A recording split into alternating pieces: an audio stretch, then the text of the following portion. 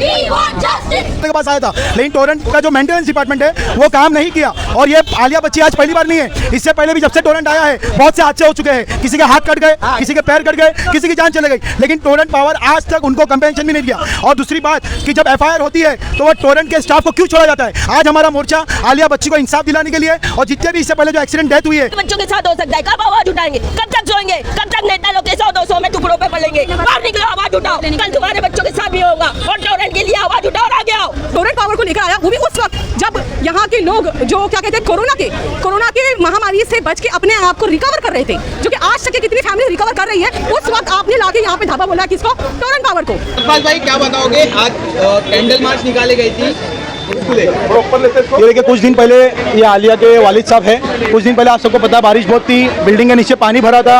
वो बच्ची जब बिल्डिंग के नीचे उतरी तो जैसी पानी में कदम रखी तो बिल्डिंग बच्ची को करंट पकड़ लिया और बच्ची ने जब हाथ पैर मारने की कोशिश की तो वो करंट इतना फैल चुका था कि बिल्डिंग के जो मीटर कैबिन का जो ग्रिल रहता है उसमें भी पकड़ लिया था।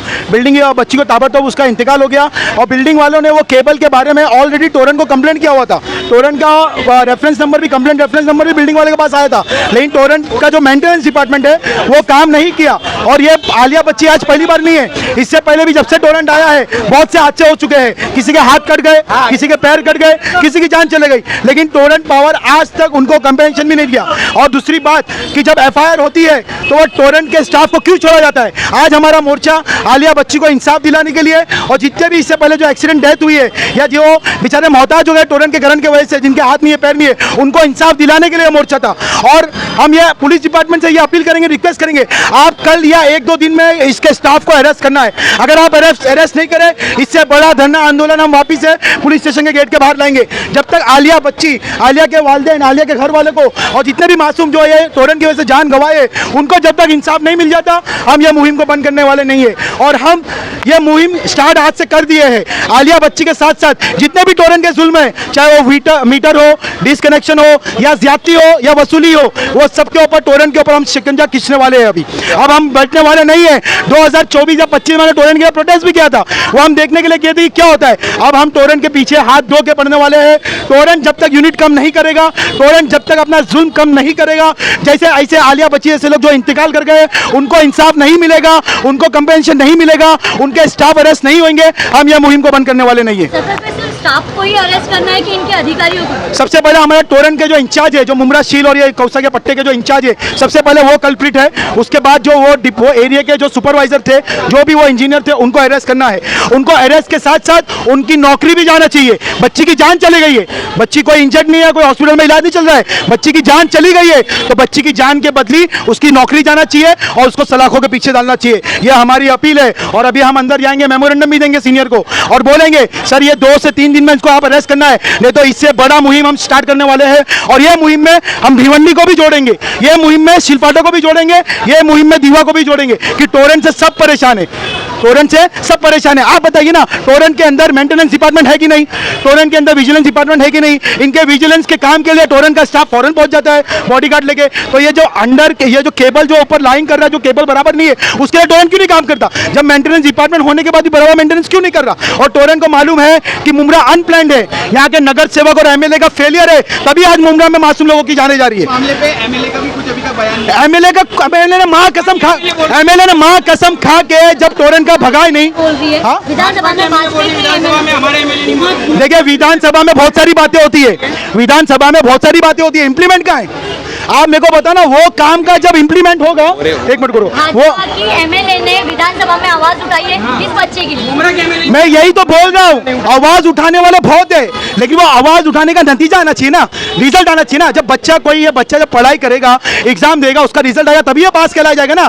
पढ़ने के बाद एग्जाम नहीं देगा तो थोड़ी वो पास कहलाया जाएगा। वैसे ही ये है, विधानसभा में भी जो आवाज उठती है तो उसका इंप्लीमेंट होना चाहिए, ताबड़तोड़ इंप्लीमेंट होना चाहिए। जब सरकार के अंदर लोग रह के काम नहीं कर पा रहे तो मतलब क्या है। और हम आपके न्यूज माध्यम से एक चीज और बोलना चाहेंगे, अब आपको आंदोलन से डरना नहीं है, आपको अपनी लीगल फाइट से डरना नहीं है, आपको प्रोटेस्ट करना है, आपके कॉन्स्टिट्यूशनल राइट है। अभी तो बॉम्बे हाई कोर्ट का एक ऐतिहासिक, एक हिस्टोरिक जजमेंट आया है पूरे हिंदुस्तान के लिए। अगर सरकार की नीति के खिलाफ आप देखेंगे कुछ गलत हो रहा, आपको पूरा राइट से प्रोटेस्ट करने का। हमारे महाराष्ट्र के जनरल सेक्रेटरी सईद चौधरी साहब को आपने देखेंगे हिस्टोरिक जजमेंट मिला, उन्होंने क्या बोला था, यही आवाम के लिए, उनके इंसाफ के लिए आवाज उठाई थे। बीजेपी मुर्दाबाद, अमित शाह मुर्दाबाद बोले थे, उनको 1 साल के लिए तड़ी पार किया गया था। आज हमारे यहाँ पे जनरल सेक्रेटरी साहब भी है, इन्होंने साबित कर दिया कि अवाम की आवाज उठाने के लिए कोई भी डरने की बात नहीं है। और अब जज साहब ने भी यह बोल दिया कि अवाम को जब जब गलत लगेगा वो जुल्म के खिलाफ, वो सरकार के खिलाफ आवाज उठाएंगे। और हम ये ऑर्डर से अब पूरी अवाम को जागरूक करेंगे, अपने राइट्स के लिए लड़ना है। ये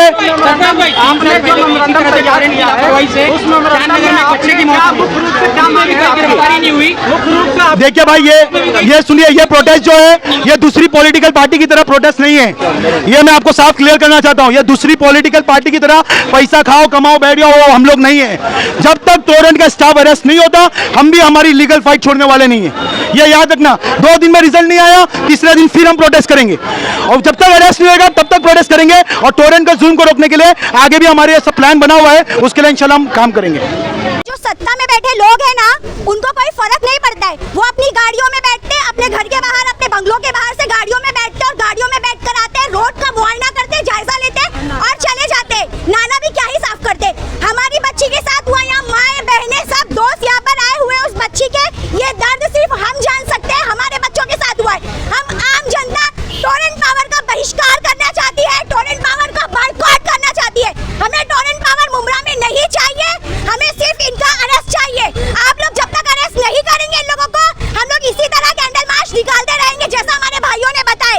क्योंकि ये पावर जो हमारे मुमरा में है ये सिर्फ जाने लेने के लिए बना हुआ है, बच्चों को तकलीफ देने, जवानों को, बुजुर्गों को तकलीफ देने के लिए बना हुआ है। तो आम जनता टोरेंट पावर का बहिष्कार करती है और वो बच्ची को इंसाफ मिलना चाहिए। और ये सब नेता लोग का है और पब्लिक और मुमरा की है का। सिर्फ 200 रुपए देंगे तो बाहर निकलेंगे।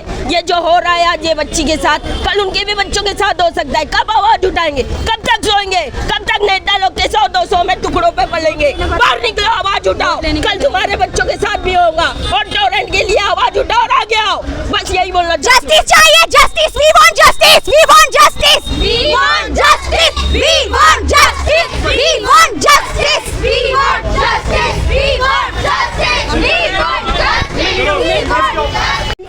एसडीपीआई की फीमेल विंग है।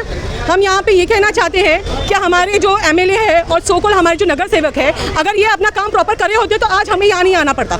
हमारे एमएलए 5 साल में एक बार हाथ जोड़ने के लिए आते हैं, या तो फिर उन्हें स्पेशल इनवाइट या फिर अच्छा बैनर बना के बुलाया जाता है, तब वो आते हैं, अपनी कार में आते हैं, अपनी कार से चले जाते हैं। उनको किसी गली का या किसी का नाले का कुछ मालूम नहीं होता है। जो उन्होंने कॉर्पोरेटर, जो हमने यहाँ पे कॉर्पोरेटर लाए हैं, वो किसके लिए है? सिर्फ बड़े बड़े हैप्पी बर्थडे के बैनर लगाने के लिए, टूर्नामेंट सेट करने के लिए। जबकि यहाँ पे कोई प्लेग्राउंड नहीं है, यहाँ पे कोई मेडिकल कॉलेज नहीं है, यहाँ पे कोई इंजीनियरिंग कॉलेज नहीं है, यहाँ पे कोई फैसिलिटीज नहीं है।